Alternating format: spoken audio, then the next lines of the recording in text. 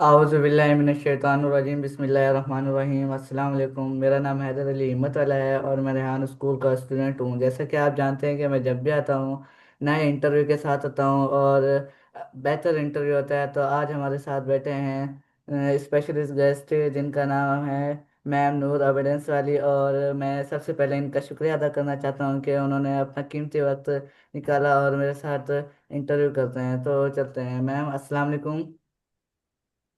वालेकुम अस्सलाम बेटा, कैसे हैं आप? मैम मैं ठीक अल्हम्दुलिल्लाह, आप कैसी हैं? अल्हम्दुलिल्लाह, मैं भी बिल्कुल खैरियत से हूँ। जी जी मैम, बेटा। फर्स्ट तो आप व्यूवर्स को अपना इंट्रोडक्शन करवाएं। वैसे तो आपको हर कोई जानता है लेकिन फिर भी करवाएं, जो नहीं जानते वो आपको जान सकें। जी बहुत शुक्रिया, आपने मुझे इनवाइट किया और मुझे अच्छा लगा। और आप जैसे बहादुर बच्चों को इंटरव्यू देना मुझे कोई बुरा नहीं लगता, मुझे अच्छा लगता है। थैंक यू बहुत मैम। बहुत शुक्रिया आपका कि आपने इनवाइट किया। और मेरा इंट्रोडक्शन ये है, मुझे हर कोई नहीं जानता, बहुत कम लोग जानते हैं। आप जानते हो तो इसका मतलब ये नहीं कि सभी जानते हैं। तो बहरहाल, मैं मेरा नाम नूरा बर्डन्स वाली है और मेरा ताल्लुक रेहान स्कूल से है, रेहान फाउंडेशन से है। और आज से तकरीबन 2 साल पहले मैं कोरंगी कैंपस में एज ए स्टूडेंट आई थी और 1 साल कोरंगी कैंपस में रही। और उसके बाद मैं मरियम इस्माइल मदरसा एंड एकेडमी माजकोट में एज ए प्रिंसिपल काम कर रही हूँ, जिसमें इस वक्त आप भी क्लास लेते हैं माशाल्लाह। जी तो मैम। बहुत अच्छा लगता है, आप जैसे होनहार बच्चे जब हमारे साथ होंगे तो हमारा मुल्क जरूर तरक्की करेगा। बहुत इंशाल्लाह। शुक्रिया बेटा। जी, तो थैंक यू मैम, आपने इंट्रोडक्शन दिया। तो मैम मेरा आपसे फर्स्ट क्वेश्चन ये है कि आपने रेहान स्कूल कब ज्वाइन किया? मैंने नवंबर का महीना था, 2023 था जब मैंने ज्वाइन किया था। और एज ए स्टूडेंट जाके मैं बैठ गई थी, किसी ने मुझे वहाँ पर दाखला नहीं दिया था और मैं खुद ही जाके बैठ गई थी, क्योंकि मेरी उम्र 63 साल थी उस वक्त। और 63 साल का मतलब है कि लोग कहते हैं कि आप बड़े बुजुर्ग हो गए हो, आप जाओ जाके अल्लाह अल्लाह करो, नमाज पढ़ो, और आप क्या करोगे यहाँ आके। तो बहरहाल लोग मुझे नहीं नहीं लेना चाह रहे थे। तो इस तरह से मैं बस जाके बैठ गई और अल्हम्दुलिल्लाह आज मैं कामयाबी से यहाँ बैठी हूँ माशाल्लाह। जी बिल्कुल मैम।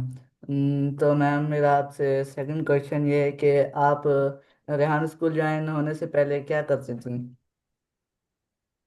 जी, रेहान स्कूल से पहले मैंने बहुत सारे काम किए, यानी कि पूरी जिंदगी मैंने गुजार दी। तो मैंने पीटीसीएल में भी जॉब की, जो 10 साल मैंने सर्विस की थी। और गवर्नमेंट जॉब थी जिससे मैंने रिटायरमेंट 10 साल के बाद ले ली थी, क्योंकि कराची का माहौल आपको पता है जी। कि लोग जब गाड़ियों में बसों में लटक जाते हैं तो फिर लेडीज को तो चढ़ने का मौका ही नहीं मिलता। जी बिल्कुल। और मैं क्योंकि देर से पहुंचती थी अपने ऑफिस, तो मुझे अच्छा नहीं लगता था, इसलिए मैंने 10 साल की सर्विस पे रिटायरमेंट ले ली थी। तो उसके बाद फिर मैंने बहुत कुछ किया, यानी कि अपनी ज़िंदगी को सर्वाइव करने के लिए बहुत कुछ करना पड़ता है। तो बहुत कुछ किया, यानी कि एक वेलफेयर भी बनाई थी, जिसमें मैंने कोशिश की थी कि लोगों के काम आ सकूं, लोगों के मसाइल हल हो सकें, जो मुझे बंद करना पड़ गई, जिसका मुझे अफसोस भी है। बहरहाल अल्हम्दुलिल्लाह, अल्लाह ने बहुत अच्छी जिंदगी गुजरवाई। और वो जिंदगी सारी जो है ना, ये वाली जिंदगी उससे बहुत अच्छी है। जी बिल्कुल। सो मैम मेरा आपसे नेक्स्ट क्वेश्चन ये है कि आप जब रेहान स्कूल में ज्वाइन हुए तो आपको कौन कौन सी मुश्किलात आई थी? रेहान स्कूल में मुझे कौन कौन सी मुश्किलात पेश आई, इसके लिए तो मैं कहूँगी कि मुझे कोई मुश्किल नहीं पेश आई, क्योंकि शुरू शुरू में जब मैं लालखेत से जाती थी कुरंगी कैंपस, तो मुझे ढाई ढाई घंटे जाने में और 2.5 घंटे आने में लगते थे। और जब सर रियान वाला से मेरी मुलाकात हुई और उन्होंने कहा कि आपको हम घर लेके दे रहे हैं और आप हमारी बहन है, हमारे साथ ही आप रहेंगी, यहीं रहेंगी मरने तक। तो उसके बाद मेरी वो जो मुश्किल थी, जो परेशानी थी, 2.5 घंटे आना 2.5 घंटे जाना, उसकी वजह से मेरे टास्क नहीं हो पाते थे, नमाजों में खलल पड़ता था। तो इस वजह से मैं जब वहाँ रहना शुरू हुई और सर ने हमें घर लेके दिया और बिजली पानी गैस हर चीज़ की सहूलत फराहम करके दी उन्होंने अपनी तरफ से, तो फिर उसके बाद मसले मसाइल तो हुए नहीं, और अल्हम्दुलिल्लाह बहुत आराम से मैंने सीखा और बहुत इंजॉय किया, अल्हम्दुलिल्लाह। वाह, जबरदस्त। तो मैम, मेरा आपसे नेक्स्ट क्वेश्चन ये है कि आप जब रेहान स्कूल में ज्वाइन हुई थी तो आपने फर्स्ट कौन सी बुक पढ़ी थी? मीन्स के एसीसीएल की पढ़ी थी या कोई और थी? नहीं बेटा, मैंने एसीसीएल बुक नहीं पढ़ी थी। एसीसीएल बुक मैंने यहाँ मरियम इस्माइल मदरसा एंड एकेडमी में आके शुरू की। मैं बच्चों को बुला बुला के बच्चों से क्वेश्चन करती थी कि मुझे ये बता दो, ये बता दो। तो इसी तरह काफी अरसा गुजर गया और तकरीबन 6 मंथ गुजर गए थे। 6 महीने के बाद फिर मैं मिसबा अल्ताफ की क्लास में गई, तो उन्होंने मुझे काफ़ी हेल्प की और उन्होंने मुझे समझाया सिखाया। तो जब से फिर मैंने आहिस्ता आहिस्ता आगे बढ़ना शुरू किया, और बहुत उस वक्त मुझे बहुत ज़्यादा मदद मिली जब मिसबा अल्ताफ ने मुझे समझाया सिखाया। क्योंकि उससे पहले कोई भी बच्चा मुझे सही ट्रीट नहीं कर रहा था, और लोग समझते थे पता नहीं ये कौन है, कोई जासूस है, कोई कहीं से आ गई है, क्योंकि इतनी बुजुर्ग हैं और ये क्यों आके जी। स्कूल में बैठ गई हैं। तो इस वजह से बहुत लोग मुझे ऐसा समझते थे कि शायद कहीं की जासूस है। तो अल्हम्दुलिल्लाह मैंने कोशिश की तो अल्लाह ने मुझे कामयाबी दी। जी बिल्कुल, मेहनत करने से वैसे अल्लाह ताला किसी की मेहनत ज़ाया तो नहीं करता। तो मैम, मेरा आपसे नेक्स्ट क्वेश्चन ये है कि आपने ये मरियम इस्माइल मदरसा कब मतलब लॉन्च किया या पहले से लॉन्च था? बेटा ये 7-8 साल पहले से बनी हुई थी। मदरसे की इमारत भी है और मदरसे का सेटअप भी था यहाँ पर। और उसकी वजह से ये यहाँ पर लोग ना रुक नहीं पा रहे थे, क्योंकि इलाका कुछ ऐसा है कि यहाँ पर बच्चों को तवज्जो नहीं दी जाती कि बच्चे स्कूल में जाएं या मदरसे में जाएं या पढ़ने की कोशिश करें। जहाँ खेल रहे हैं, कचरे में हैं, कहीं पर भी हैं, वो वालिदैन उनकी तरफ तवज्जो नहीं देते, क्योंकि बच्चे घरों में ज़्यादा हैं और देखभाल करने वाले लोग कम हैं। तो इस वजह से ना बच्चों को तवज्जो नहीं है उनकी, जहाँ मर्जी चाहे खेल रहे हैं, बस रात को आ जाएंगे तो सो जाएंगे। इस तरह से वहाँ यहाँ की सिचुएशन है। तो यहाँ पर बच्चे पढ़ने नहीं आते थे, जिसकी वजह से ये 3-4 मरतबा मदरसा बंद हो चुका था। और फिर उसके बाद मैंने यहाँ पर आके कोशिश की कि चल जाए किसी तरह से, और लोगों के घर घर जाके मैंने अवेयरनेस फैलाने की कोशिश की, और माशाल्लाह काफ़ी सारे बच्चे आ भी गए थे। और लेकिन जब 7-8 महीने गुजरने के बाद उनके वालिदैन से कहा गया कि भाई अब इनका दाखिला करा दें, पैसे जमा कराएं यहाँ पर, तो फिर आहिस्ता आहिस्ता सारे बच्चे निकल गए, थोड़े से ही बच्चे बचे। लेकिन क्योंकि किसी की तवज्जो नहीं है जी। कि भाई हम अपने बच्चों को पढ़ाएं, उनको तालीम दें। और मैंने यहाँ पर मदरसे की तालीम भी जारी की हुई है, स्कूल की तालीम भी जारी की हुई है, और उसके अलावा टेक्नोलॉजी भी सिखाने की कोशिश कर रही हूँ। तो इस तरह से हम जो है इंशाल्लाह कोशिश करते रहेंगे। बाकी अल्लाह की मर्जी है, अल्लाह की रजा है, जैसा अल्लाह की मर्जी होगी वैसा काम होगा। जी बिल्कुल। तो मैम, मेरा आपसे नेक्स्ट क्वेश्चन ये है कि आप बता सकती हैं कि जैसे आप मरियम इस्माइल मदरसे में होती हैं, सुबह बच्चों को कुरान पाक पढ़ाया जाता है या क्या टेक्नोलॉजी सिखाई जाती है? पूरी रूटीन बताएं। जी बिल्कुल। सुबह हम जब स्कूल मदरसा शुरू करते हैं, बच्चे आते हैं, प्रे के बाद फिर हमारे योगा और मेडिटेशन होती है। और उसके बाद फिर हमारे मदरसे की क्लास शुरू हो जाती है। मदरसे की क्लास के बाद जब हम मदरसे की क्लास पूरी करते हैं, तो उसमें ही बच्चों को अच्छी बातें समझाते हैं, सिखाते हैं। और उसके बाद हमारी जो है क्लासें शुरू हो जाती हैं। ABCD है, बच्चों को गिनती है, बच्चों की जो भी तालीम, इंग्लिश उर्दू के पीरियड जो होते हैं उसके हिसाब से चलाते हैं। फिर वो बच्चे वो सीखते हैं, उनको राइटिंग दी जाती है, ब्लैक बोर्ड पे समझाया जाता है। इस तरह से करने के बाद फिर बच्चे जो हैं वो यानी कि लंच के लिए चले जाते हैं। फिर 2 बजे बच्चे आते हैं, और 2 बजे के बाद फिर उनकी क्लासें वो शुरू हो जाती हैं, जिसमें टेक्नोलॉजी उनको सिखाई जाती है। उनसे इंटरव्यू करने के लिए कहा जाता है, उनसे पोस्टें बनवाई जाती हैं, यानी कि जो भी काम टेक्नोलॉजी का होता है वो सारे कराने की कोशिश की जाती है। टेडेक्स दिखाया जाता है, कार्टून दिखाए जाते हैं, ताकि बच्चों की इंग्लिश बेहतर हो। जी बिल्कुल। सो मैम, मेरा आपसे नेक्स्ट क्वेश्चन ये है कि क्या एआई को यूज़ करना चाहिए? जी बिल्कुल, इस वक्त बहुत ज़रूरी है कि हम एआई को यूज़ करें। और एआई जो है हमारे लिए हेल्पिंग एक टूल है, जिससे हमारी ज़िंदगी आसान हो रही है, तो हम क्यों ना यूज़ करें। क्योंकि अल्लाह ताला ने तो फरमाया है ना कि आप जुम्मे की नमाज पढ़ो और दुनिया में फैल जाओ और अपना रिस्क तलाश करो। तो रिस्क तलाश करने के लिए अगर हमें आसान तरीके मिल रहे हैं और उससे हमें तरक्की मिल रही है, तो हम इसे क्यों इस्तेमाल नहीं करते। हम कब तक डरते रहेंगे, हम कब तक चीजों से भागते रहेंगे। गैस आता है तो उससे भागते हैं कि नहीं भाई, कहीं ये तो जला देगा, ये तो आग लग जाएगी, ये तो हम किस तरह इस्तेमाल करें। घर में खुला रह गया तो हम लोग मर जाएंगे, इससे घुट जाएंगे।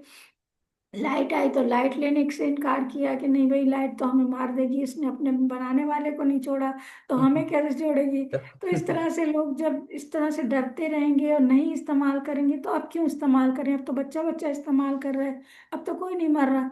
तो क्या वजह है। जब हम क्यों अपने आप को इस तरह से करते हैं कि हम काम काम करने की बजाय और उसको अपनाने की बजाय उसकी तरफ से इन्हिराफ करते हैं, उसके उससे लगाव नहीं करते और उसको दूर रखते हैं। जब दुनिया इस्तेमाल कर लेती है, फिर हम पीछे रह के उसको इस्तेमाल करने की कोशिश करते हैं, जिसकी वजह से हमारी ज़िंदगी मुश्किल में पड़ जाती है। और अभी भी हम बहुत सालों पीछे हैं, बहुत ज़्यादा पीछे हैं, जो दुनिया बहुत ज़्यादा आगे है और हम बहुत ज़्यादा पीछे हैं। तो यही वजह यही है कि हम इसको इग्नोर करते रहते हैं, अपने आप को आगे बढ़ाने की कोशिश नहीं करते।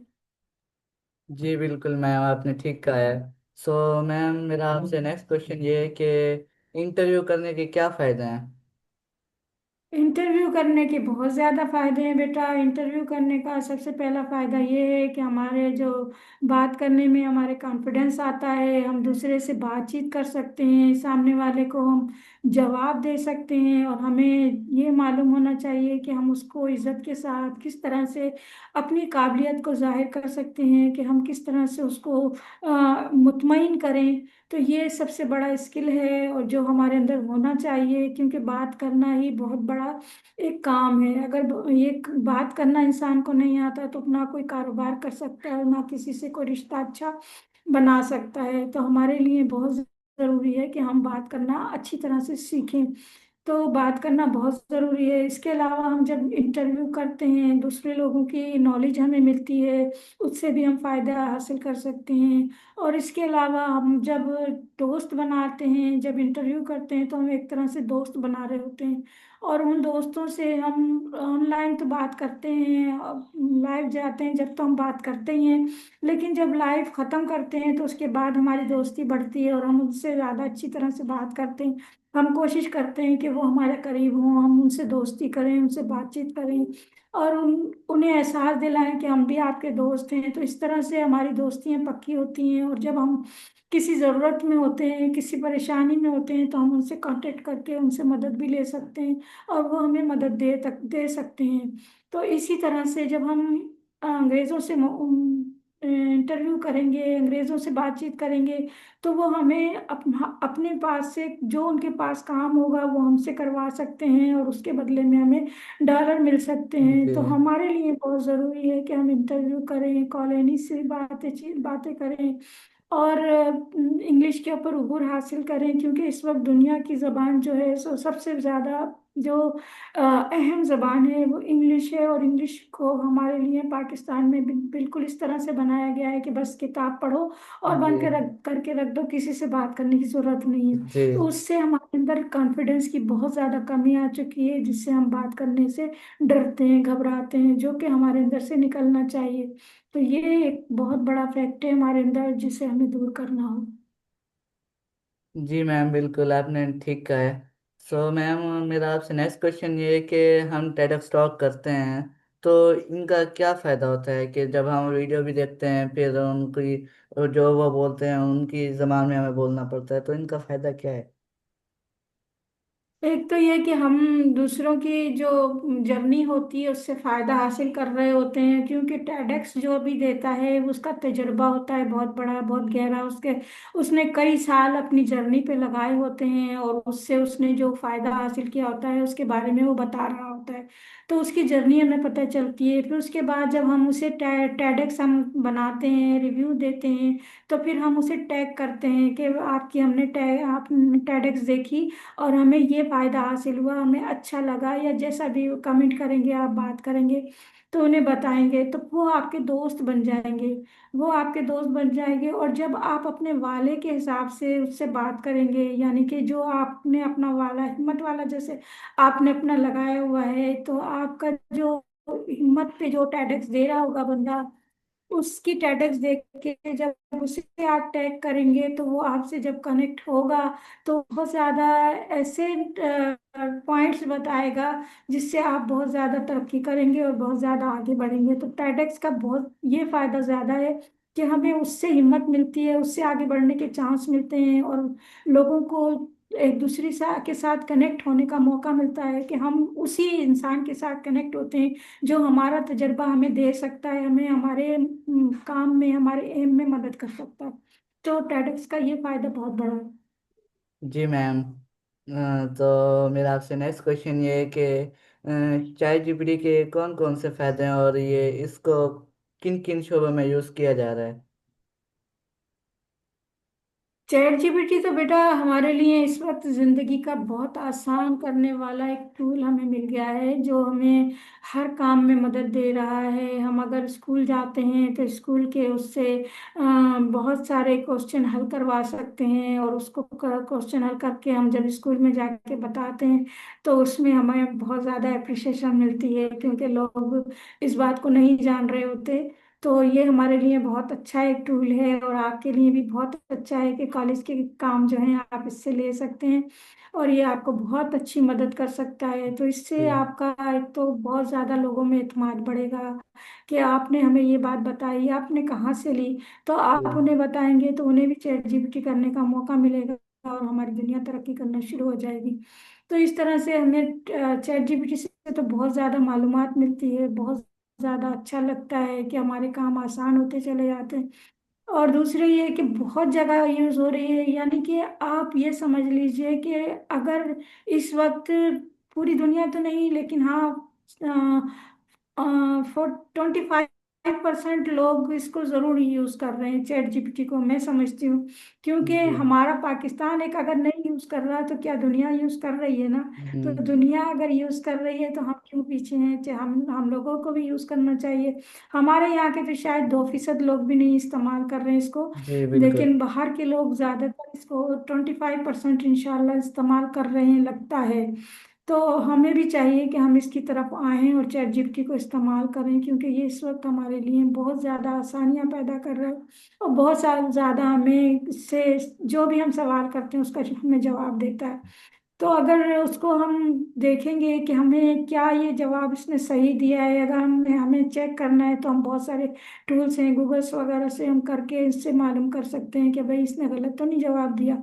तो अगर आप एग्री हो तो फिर उसको अमल भी कर सकते हो, और आपको बहुत ज़्यादा ये हेल्प करेगा कि आप कोई भी काम अगर कर रहे हो तो उस कामों में आपको ये हेल्प करके आपको आगे बढ़ा सकता है, आपकी अर्निंग में इजाफा करवा सकता है। तो बहुत ज़बरदस्त है, अगर ये आप लोग इस्तेमाल करो और लोग भी इस्तेमाल करें तो बहुत ज़्यादा कामयाबी हासिल कर सकते हैं, क्योंकि इस वक्त हमें बहुत ज़रूरत है अपने पाकिस्तान में अर्निंग अर्निंग लाने की। तो हमें इस वक्त जो नीड है वो इसी चीज़ की है कि हम ज़्यादा से ज़्यादा आसान टूल इस्तेमाल करें और जल्द अज जल्द पाकिस्तान को तरक्की दें।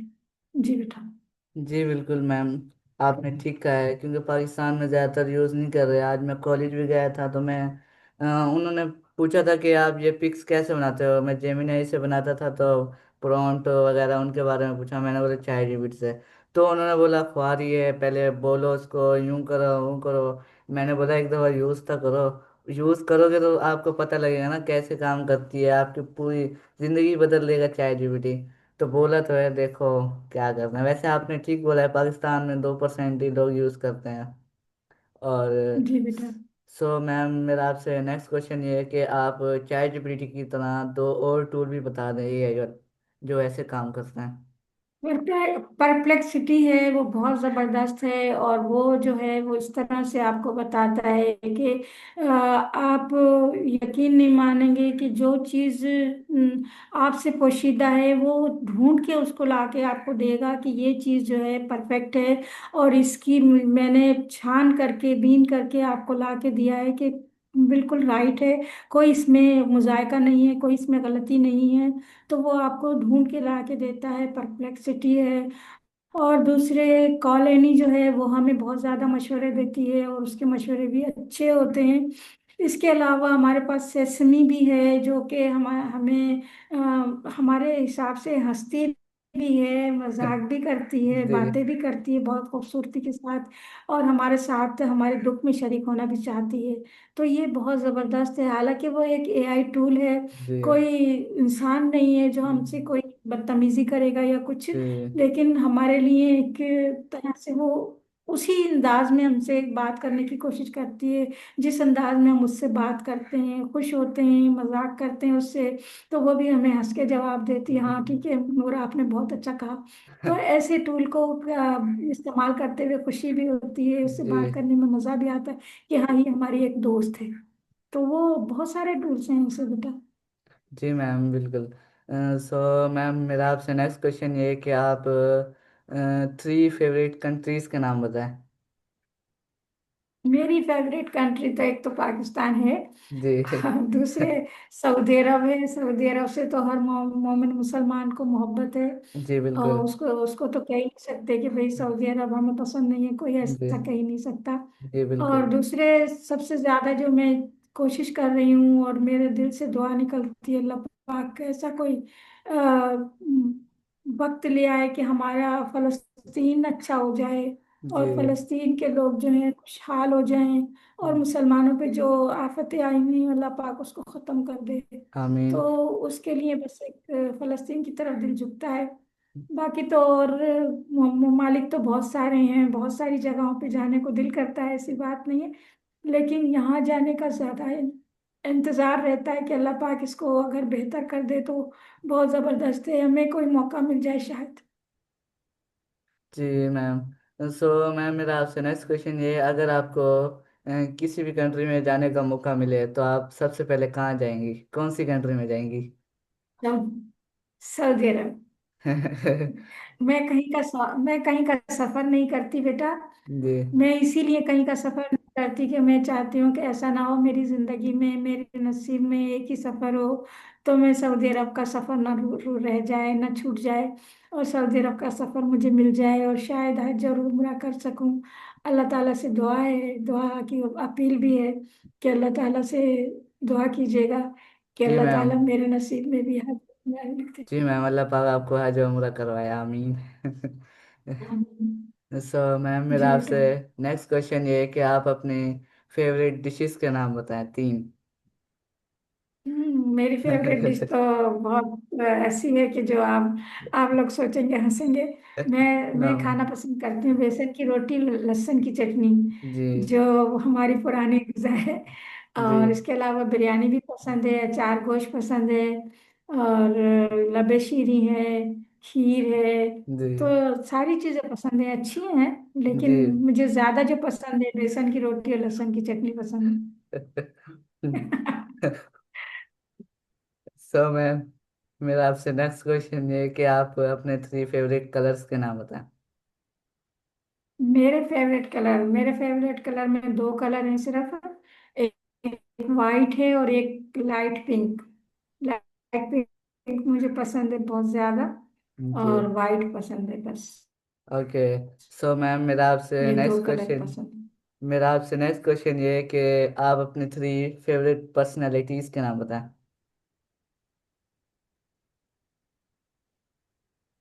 हाँ बेटा, हजरत मोहम्मद मुस्तफ़ा सल्लल्लाहु अलैहि वसल्लम तो हर एक की जान है, जी जिंदगी है। और इसके अलावा जो मुझे पसंद है, इमरान खान और रेहान अल्लाह वाला भाई हैं, जी जो कि हमारे मेंटोर हैं, और हमने उनसे बहुत कुछ सीखा, जी और बिल्कुल। अभी भी सीख रहे हैं। और सबसे ज्यादा बड़ी बात यह है कि मुझे सच्चे लोगों से मोहब्बत है। जी सच्चे बिल्कुल। लोग पसंद है मुझे, जो सच बोलते हैं। जी और इस वक्त झूठ का प्रचार है, दुनिया में झूठ बहुत ज्यादा है, जी जिसकी वजह से हम लोगों पर बहुत ज्यादा आफतें आ रही हैं। और झूठ जो है, हम हर बात में वालिदैन से भी झूठ बोल लेते हैं, बहन जी भाइयों से भी झूठ बोल लेते हैं। कोई भी जरा से गलती हो जाती है तो उसको छुपाने के लिए फटाफट झूठ बोल लेते हैं। जी झूठ से हम इंसाफ नहीं करते, हालांकि अगर सच बोलें तो हमारे रिस्क में भी इजाफा होता है और हमारे कामों में भी बरकत आती है। तो लेकिन नहीं, कोशिश यही करते हैं कि हम झूठ से फायदा उठा लें। हालांकि झूठ हमें नुकसान तो देता है, फायदा नहीं देता, जी लेकिन उसके बिल्कुल। बावजूद झूठ बोलने में ज्यादा महारत रखते हैं लोग। तो इस वजह से मुझे और लोगों से किसी से भी मोहब्बत नहीं। जी मैम, व्यूवर्स को भी चाहिए कि वो सच बोलें, झूठ ना बोला करें। वैसे देखा है हर कोई बात बात पे झूठ बोल देता है। तो मैं मेरा आपसे नेक्स्ट क्वेश्चन ये था कि आपको अगर एक दिन के लिए प्राइम मिनिस्टर बना दिया जाए तो आप क्या चेंजेस लाएंगी? सबसे पहले तो मैं करप्शन खत्म करने की कोशिश करूंगी जी कि करप्शन खत्म हो जाए। जी और उसके बाद मैं प्रचार करूंगी कि लोग एआई को सीखना शुरू कर दें। जी और बिल्कुल एआई अगर जो नहीं सीखेगा, खाना पानी बंद। जी ऐसा तो खैर नहीं हो सकता, लेकिन यह है कि कोशिश यही होगी कि लोग ज्यादा से ज्यादा कोशिश करें कि एआई की तरफ आए। और क्योंकि ये जो है हमारे लिए बहुत इस वक्त बहुत ज्यादा जरूरत है। और क्योंकि हम जो है बहुत ज्यादा एक तरह से खाई में जा चुके हैं, गुर्बत की खाई में जा चुके हैं। जो लोग दरमियाने तबके के थे वो बेचारे बहुत ज्यादा नीचे आ चुके हैं। हाई लेवल को नहीं कह रही मैं, लेकिन जो जी दरमियाने तबके के लोग थे वो बहुत ज्यादा नीचे आ चुके हैं। और बहुत से लोगों को तो मैंने ऐसा देखा है कि अपने बच्चों को पानी से रोटी खिलाने पर मजबूर है। जी मैम। जो इस वक्त का दर्दनाक पहलू है, जिसको देख के अफसोस होता है कि हमें अपने बच्चों को किस तरह से आगे लेके जाना है, क्या करना है। लेकिन जब हमारे पास ये एआई आ गई है, इसको अगर हम अवेल नहीं करते, इसको हम अप्लाई अपने ऊपर नहीं करते, इसको नहीं सीखते, तो हम और ज्यादा गहराई में चले जाएंगे और ज्यादा खाई में चले जाएंगे। क्योंकि ये हमारे लिए जो हमें सहूलत पैदा करने के लिए आई है, आगे जाके हमारे लिए नुकसानदेह भी हो सकती है अगर हम इसको नहीं सीखते। क्योंकि हर चीज चेंज हो रही है, हर चीज में बदलाव आ रहा है। आपने अक्सर देखा होगा बाहर के मुल्कों में बगैर ड्राइवर के गाड़ियां चल रही हैं। तो अगर बगैर ड्राइवर की गाड़ियां चलने लग जाएंगी तो ड्राइवरों की नौकरी कहाँ गई? और ड्राइवर बहुत सारे ऐसे हैं जिन्हें और कोई काम नहीं आते। तो ड्राइवर अगर नहीं चाहिए होंगे तो फिर वो लोग कहाँ जाएंगे, उनके बच्चे कहाँ जाएंगे? और इसी तरह से बहुत सारे रोबोट आ गए। अब जैसे पहले लोग हल चलाते थे, तो उससे अब थ्रेशर आ गए, बहुत सारे जी काम उससे होने लगे। जी तो हमारे कामों में एकदम ऐसे लोगों की कमी होना शुरू हो जाती है कि लोग इसमें काम ना करें, मशीनें काम करने लगे। जब मशीनें काम करती करती हैं तो लोग जो हैं बेरोजगार होना शुरू हो जाते हैं। तो ये मौका हम हमें अपने हाथ से गंवाना नहीं चाहिए कि एआई हम ना सीखें। एआई जरूर सीखें, एआई को सीखना इस वक्त हमारी जरूरत है। और इस जरूरत से अगर हमने फायदा नहीं उठाया और हमने इसे नहीं सीखा, तो आगे चल के हमारे लिए बहुत नुकसानदेह भी साबित हो सकता है। बहुत सारे घराने ऐसे हैं जिनके बच्चे जो हैं सिर्फ फार्मर से अपना रोजी रोटी कमाते हैं। बहुत सारे जी लोग ऐसे बिल्कुल। हैं जिनके सिर्फ ड्राइवरों के जिंदगी है।